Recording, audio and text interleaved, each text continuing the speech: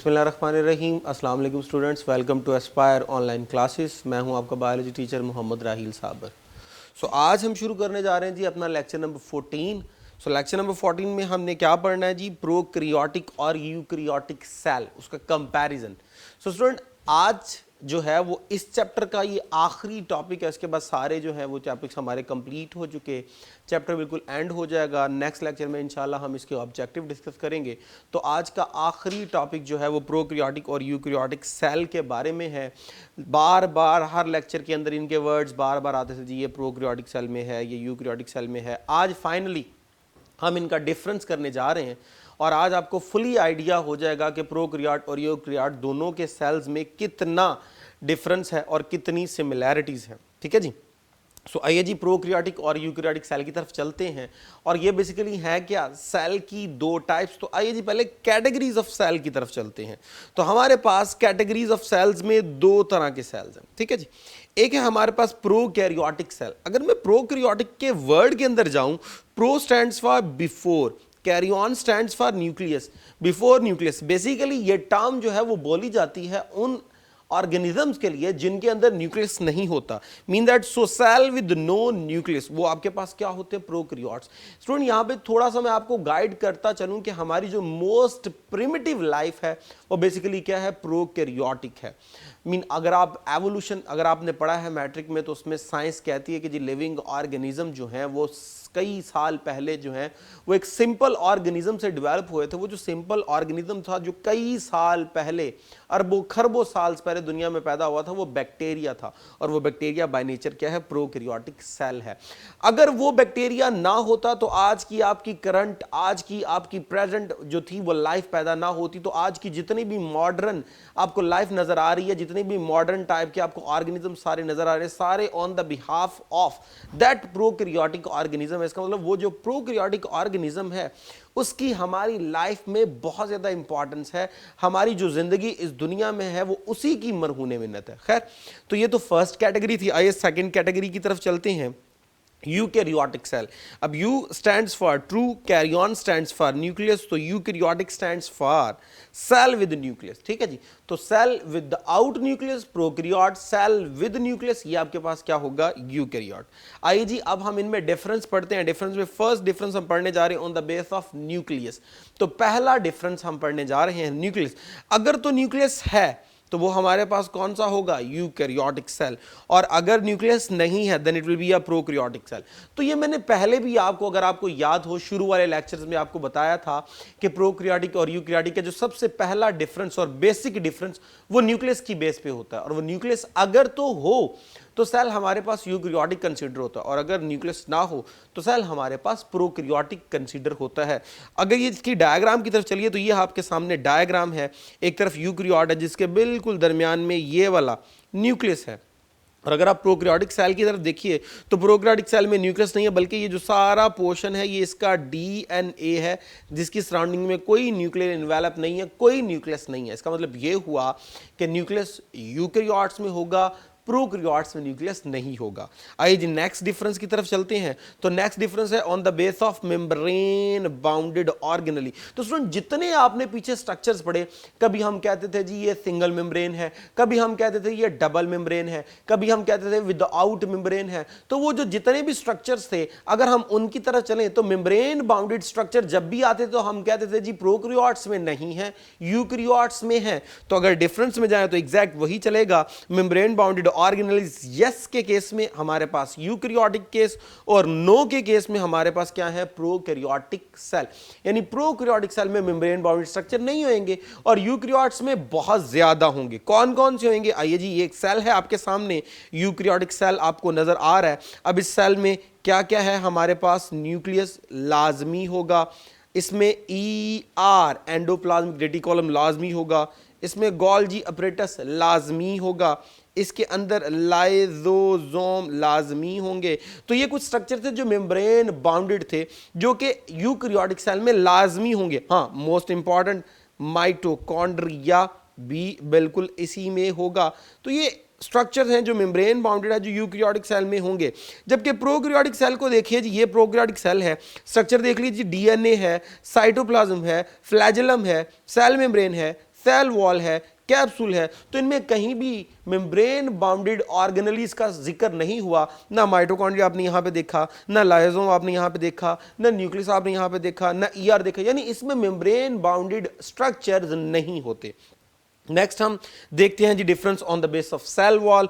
अब cell wall के case में यस तो आपके पास यूकैरियोटिक, सेल वॉल के इसमें वंस अगेन यस तो क्या होगा प्रोकैरियोटिक, यानी कि सेल वॉल जो है वो प्रोकैरियोट में भी होती है, यूकैरियोट में भी होती है। तो फिर डिफरेंस कहां पे आएगा? डिफरेंस आएगा on the base of their composition. आइए कॉम्पोजिशन में चलते हैं। तो ये डायग्राम अगर आपको याद हो तो सेल वॉल में ये डायग्राम आपने देखी थी जब आपने स्ट्रक्चर पढ़ा था प्राइमरी लेयर का।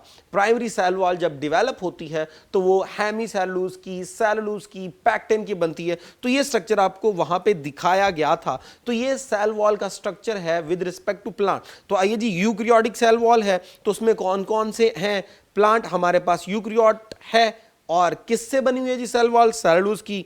फंजी हमारे पास यूकैरियोट है। सेल वॉल किसकी बनी है? काइटिन की। काइटिन भी एक पॉलीसैकेराइड होता है जिस तरह सेलुलोज होता है, ठीक है जी। लेकिन सिर्फ क्या है, सेलुलोज होमोपॉलीमर है, यानी सेम तरह के सारे यूनिट होते हैं।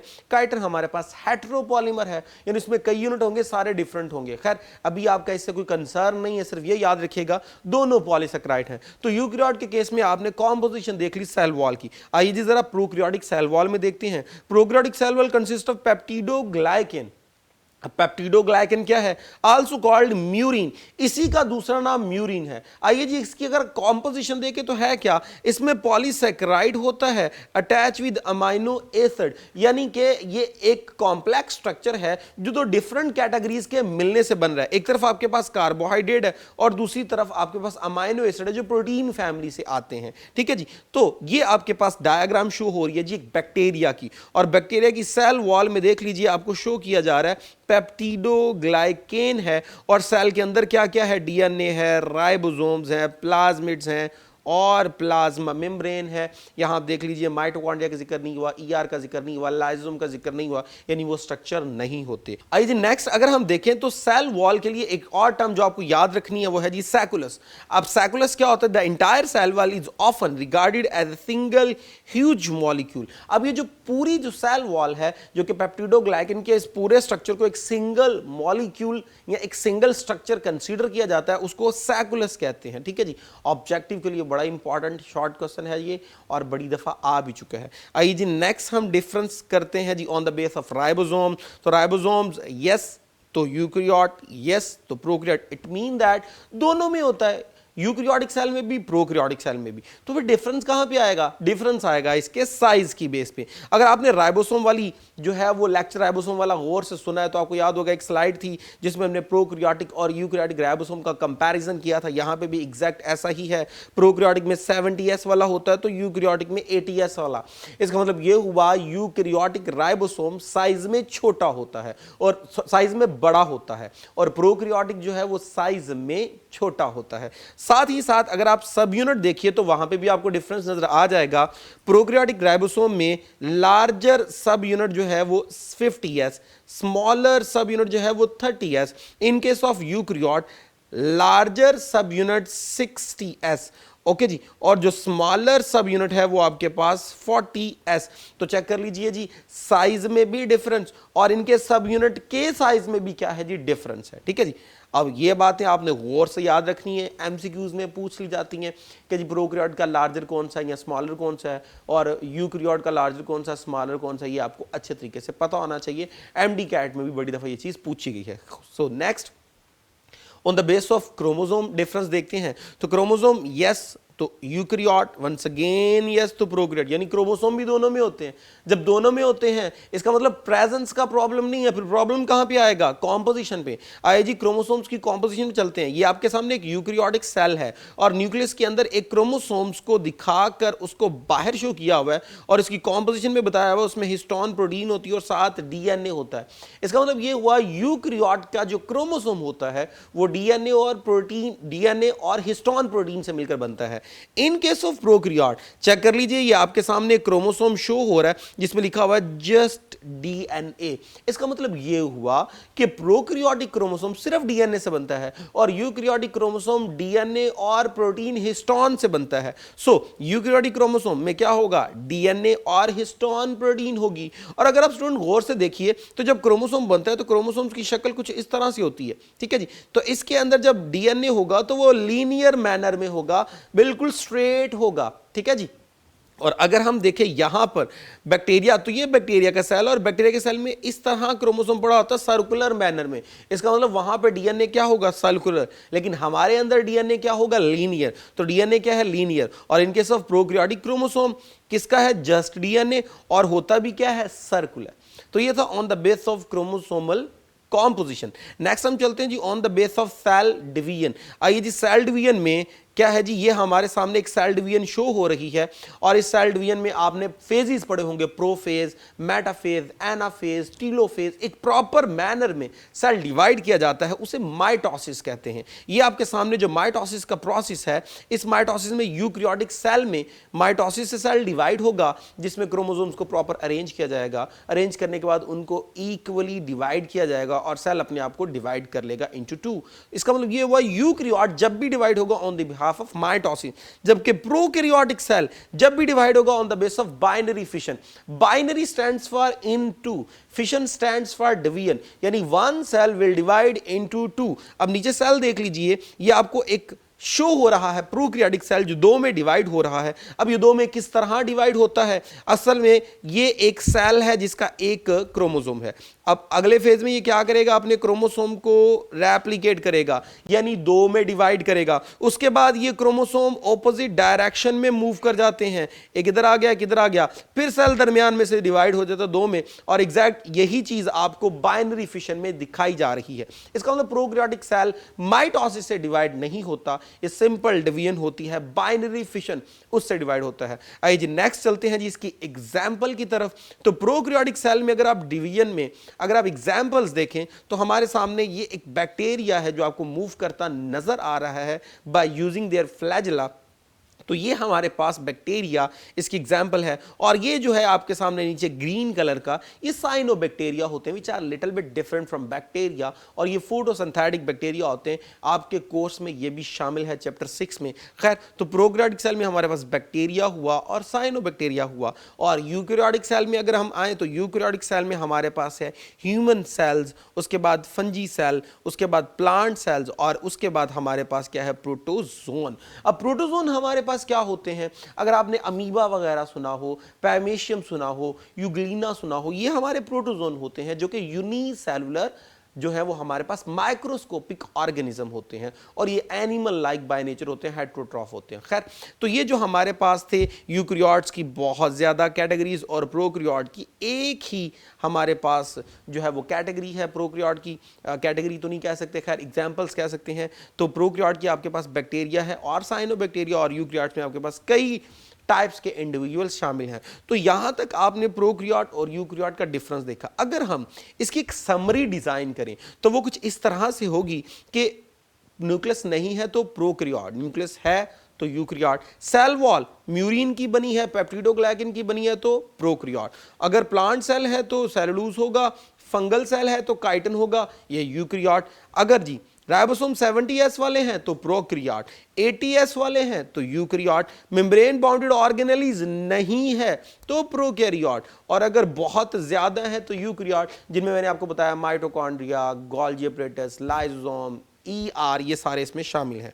नेक्स्ट जी, अगर क्रोमोसोम्स देखें, अगर सिर्फ डीएनए वाले हैं तो प्रोकैरियोटिक सेल, अगर वो डीएनए और हिस्टोन यानी प्रोटीन दोनों से शामिल है तो यूकैरियोटिक सेल। अगर बात करूं सेल डिवीजन की, तो अगर बाइनरी फिशन हो रही है तो प्रोकैरियोटिक सेल, और अगर माइटोसिस हो रही है तो यूकैरियोटिक सेल। सेल मेम्ब्रेन में अगर कोलेस्ट्रॉल नहीं है तो प्रोकैरियोटिक सेल, कोलेस्ट्रॉल है तो ये आपके पास क्या होगा, यूकैरियोटिक सेल। एग्जाम्पल में हमारे पास बैक्टीरिया और साइनोबैक्टीरिया, प्रोकैरियोट्स के केस में eukaryotes human cell, plant cell, fungi cell और प्रोटोजोन। तो ये आपके पास इनका कंपैरिजन आ गया लॉन्ग में जो आपने लिखना होगा। और स्टूडेंट यहाँ पे बताता चलूँ और भी बेशुमार डिफरेंस यहाँ पे बनते हैं, लेकिन मैंने आपको सिलेबस के आपके सिलेबस को फॉलो किया है कि जो सिलेबस के मुताबिक पॉइंट इंपॉर्टेंट बनते हैं जो फॉलो वहाँ पे किए गए मैंने उसी को शो किया, अदरवाइज बहुत ज़्यादा डिफरेंस यहाँ पे शो होते हैं। आइए जी नेक्स्ट हम चलते हैं इसके नेक्स्ट पोर्शन की तरफ जो कि है हमारा एमसीक्यूज वाला, जो हर लेक्चर के एंड पे हम करते हैं। तो मल्टीपल चॉइस क्वेश्चंस के अंदर number 1, cell wall of bacteria consist of cellulose, alpha है बीटा काइटिन, चार्ली है पेप्टिडोग्लाइकेन और डेल्टा है पैक्टिन। तो पता है जी अभी आपने पढ़ा पेप्टिडोग्लाइकेन जिसका दूसरा नाम म्यूरिन भी है।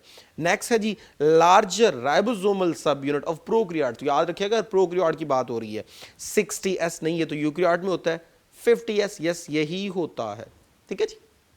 नेक्स्ट हमारे पास composition of eukaryotic chromosome is, अब यूकैरियोट की बात हो रही है तो डीएनए ओनली नहीं, ये तो प्रोकैरियोट में होता है। प्रोटीन ओनली नहीं जी, डीएनए हिस्टोन और डीएनए और प्लस हिस्टोन और सेलुलोज, तो डीएनए प्लस हिस्टोन यही शामिल होती है जी। नेक्स्ट आते हैं जी नेक्स्ट एमसीक्यूज की तरफ, which one present in prokaryotes and eukaryotes, यानी दोनों के सेल्स के अंदर कौन सा स्ट्रक्चर है। लाइसोसोम नहीं, यूकैरियोट में होता है प्रोकैरियोट में नहीं होता। राइबोसोम दोनों में होते हैं। गोल्गी एपैरेटस यूकैरियोट में होता है प्रोकैरियोट में नहीं होता। ईआर वंस अगेन यूकैरियोट में होता है प्रोकैरियोट में, तो एक ही बचता है आपके पास राइबोसोम। तो स्टूडेंट यहां तक जो था वो हमारा क्या हुआ, ये एमसीक्यूज वाला पोर्शन। नेक्स्ट शॉर्ट क्वेश्चन वाला होता है तो दो मेन शॉर्ट निकलते, एक सैकुलस जो मैंने पहले आपको गाइड कर दिया और एक ये खुद इट सेल्फ डिफरेंस शॉर्ट में भी आ सकता है कि आपको बोले कोई से 2 पॉइंट लिखिए, कोई से 3 पॉइंट लिखिए, कोई से 4 पॉइंट लिखिए। तो इन्हीं में से जो आपको आसान नजर आते हैं वो आप 4, 2, 3 जितने वो पूछे वो लिख दीजिए। लेकिन ख्याल कीजिएगा जब भी आपने शॉर्ट के तौर पे इसको मेंशन करना है क्वेश्चन को, तो पहला डिफरेंस हमेशा वो लिखा करें जिस बेस पे डिफरेंस बन रहा है। स्टूडेंट आपको क्वेश्चन दे दिया गया जी डिफरेंस बिटवीन प्रोकैरियोट यूकैरियोट, आपने कहा जी ribosome 70s, ribosome 80s, cell wall उसकी इससे बनी है, उसकी इससे बनी है, क्रोमोसोम इसका इससे, नो डाउट बिल्कुल ठीक है। लेकिन अगर आप देखें तो प्रोकैरियोट यूकैरियोट का डिफरेंस न्यूक्लियस से शुरू हुआ था, तो पहला डिफरेंस न्यूक्लियस वाला होना चाहिए कि अगर न्यूक्लियस है तो यूकैरियोट, न्यूक्लियस नहीं है तो प्रोकैरियोट। फिर आपने अपनी मर्जी के जो मर्जी डिफरेंस लिख लीजिए, पहला डिफरेंस जो है वो न्यूक्लियस की बेस पे होना चाहिए और जो आखिरी डिफरेंस होना चाहिए वो होना चाहिए on the base of example. Suppose आपने 4 डिफरेंस लिखने शॉर्ट में 2 नंबर के लिए, तो पहला न्यूक्लियस वाला डिफरेंस लिखिएगा, दूसरा आपकी मर्जी जो मर्जी, तीसरा आपकी मर्जी जो मर्जी, चौथा आपने एग्जाम्पल वाला लिखना है। तो 2 आपके पास जो है वो यही रहने चाहिए, न्यूक्लियस और एग्जाम्पल, और 2 आपकी मर्जी जो आपको आसान लगे वो लिख दीजिए। सो ये 2 इंपॉर्टेंट शॉर्ट क्वेश्चन बनते थे, वो भी मैंने आपको गाइड कर दिए। और अब तक के लिए इतना ही जी। नेक्स्ट लेक्चर में इंशाल्लाह नए कंटेंट के साथ हाजिर होंगे। Thank you very much. अल्लाह हाफिज़।